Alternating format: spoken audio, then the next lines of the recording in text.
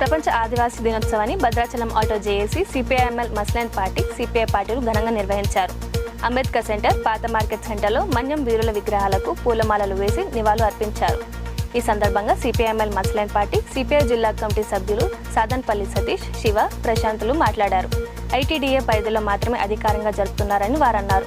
ప్రతి మండల కేంద్రంలో ఆదివాసులను ఐక్యం చేసి మన్యం వీరుల గురించి వివరించి ప్రజలను చైతన్యవంతం చేయాలని పిలుపునిచ్చారు. ఈ కార్యక్రమంలో జేఏసీ అధ్యక్షుడు శంకరన్న, శ్రీనివాస్, సురేష్, పాషా పాల్గొన్నారు. ప్రపంచ ఆదివాసీ దినోత్సవం సందర్భంగా భద్రాద్రి కొత్తగూడెం జిల్లా పీనపాక నియోజకవర్గం కొమరం భీం విగ్రహానికి ఘనంగా నివాళులు అర్పించారు. గ్రామంలో ఆదివాసీ జెండా ఎగురవేశారు. అశ్వాపురం మండలంలో ఆదివాసీ జేఏసీ అధ్యక్షులు కొల్లూరు నరసింహారావు క్రాస్ రోడ్లో ఆదివాసీ జెండా ఎగురవేశారు. కొమరం భీం విగ్రహానికి పూలమాల వేసి ప్రపంచ ఆదివాసీ దినోత్సవం ఘనంగా నిర్వహించారు.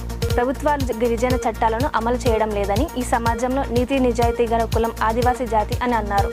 ఈ కార్యక్రమంలో మాజీ ఎంపీటీసీ తాటి పూజిత, జేఏసీ ఉపాధ్యక్షులు చంద్రశేఖర్, ప్రధాన కార్యదర్శి నరేష్ తదితరులు పాల్గొన్నారు.